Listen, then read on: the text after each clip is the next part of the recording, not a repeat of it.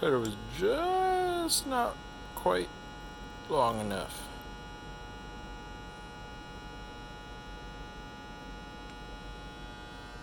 So I want to make a little bolster plate. This is 2.5, woo, it's hot, by 4, and I'm going to use one of these little drifts. I've drilled a hole in it with an annular cutter on the mill. I'm just going to drift this out. I'll probably follow it up with a little bit larger drift, but this is so that I can pop these out when I am drifting an eye to shape. I'm going to be able to put this in the press and pop the drift out into this, and then I can just pull it out and clear that hole. So I want it to be as close to that eye dimension as I can get it, so I'm going to use the drift that I use for the eye, and if I need it a little bit bigger, I can always make a slightly larger drift. That's what these are here for. I just forged out a couple. So I'll show you how I do that.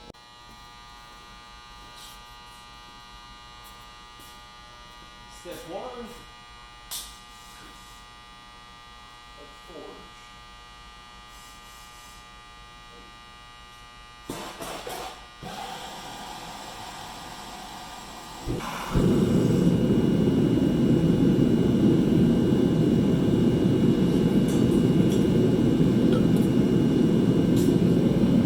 Step 2, put your bar in. Now when I'm working a bar this size, I really like to weld on a handle. Tongs struggle unless you've got some kind of a crane or jib system you can pick them up with, but we'll give it a shot for this.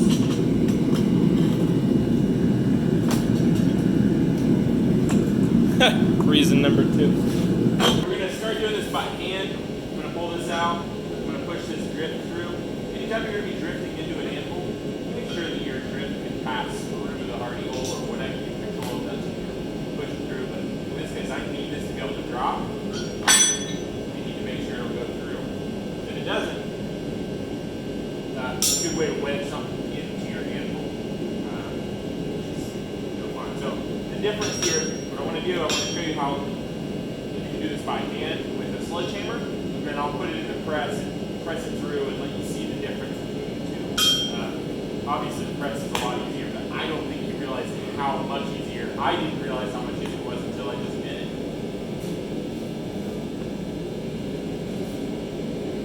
15-pound sledge.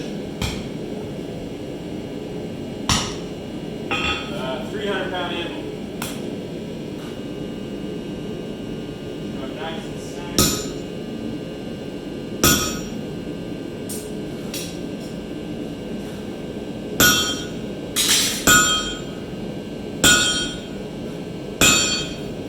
So I'm getting this started. I'll try to keep it over the center. Past that.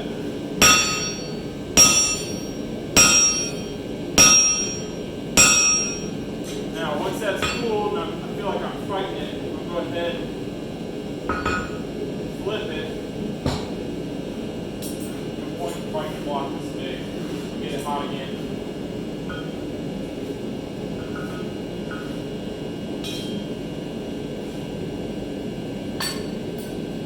Always keep a hand drifted ready. Woo!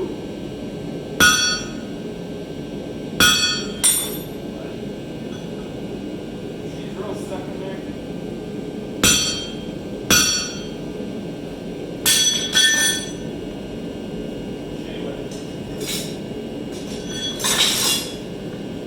Another little drift there.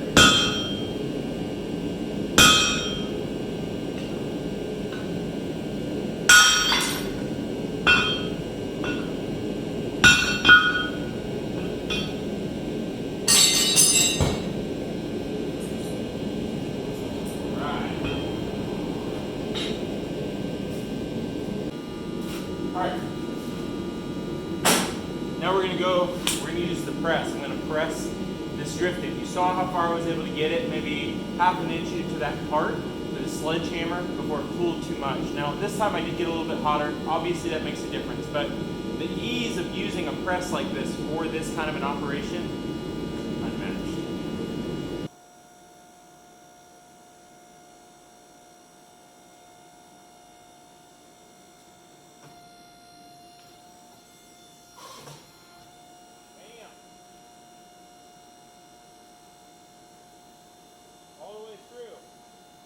knock that out.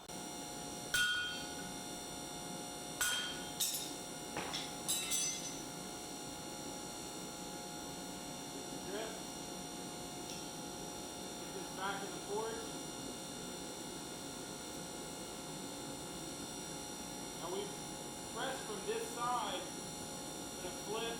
We're going to press from the other side this time.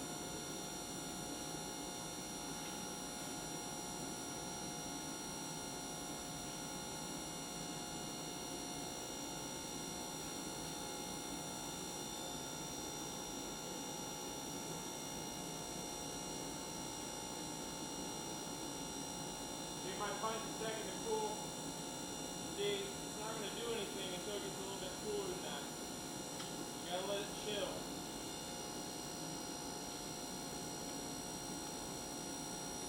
Let you know when it's ready. Just start.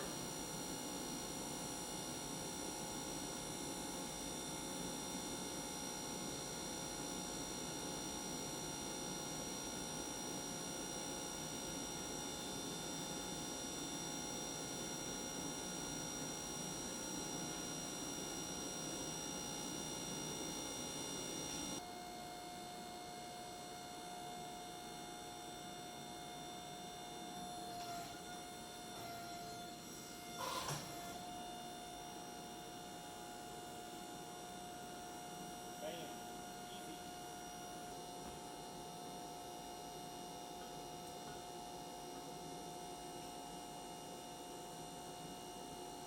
Alright, I want to drive this through the rest of the way.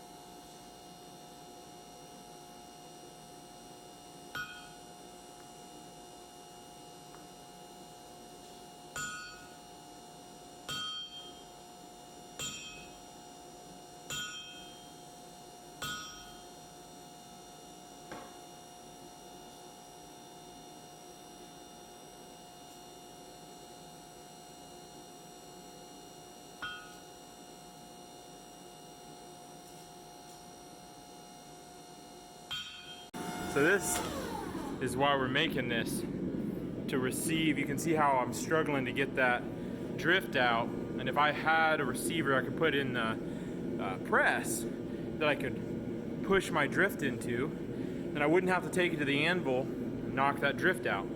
So that's why I'm making this, to be my receiver that I can put in the press, because you can see I'm wailing on this drift with a sledgehammer. That's a 15-pound sledgehammer. And I'm able to do immeasurably more in the press because I can concentrate that force. And so I want to be able to do as much of this job in the press as possible. Minimal hand work. So maybe that last little slug out. But even then, if I've got the hole large enough to receive the total size and every dimension of that drift, then I can use the press. I can flip that bar over and punch from the other side and push that little drift right back out. Right into the receiver block. So that's why I'm making this. I've got maybe 2 more heats. I'm going to push this drift through a couple more times, and I'll push in my my big drift. Probably do that by hand just to clear it all the way through. I want to come in from the top and drive it all the way through, so I've got the full eye dimension plus some.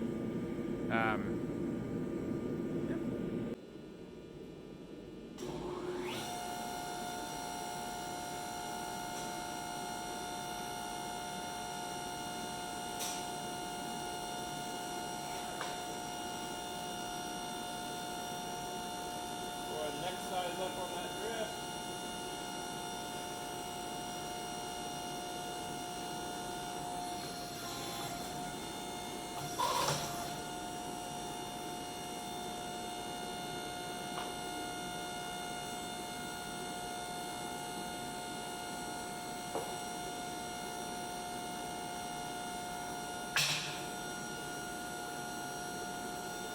I'm a little afraid to do this, but we'll give it a try.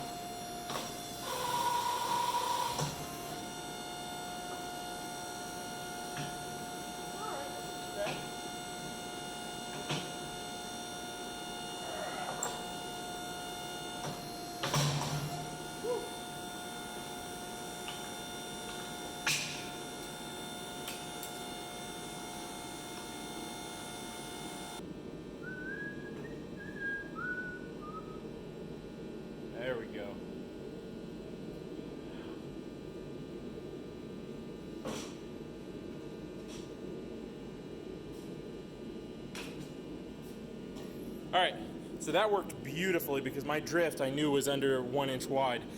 The receiver in the bottom of your die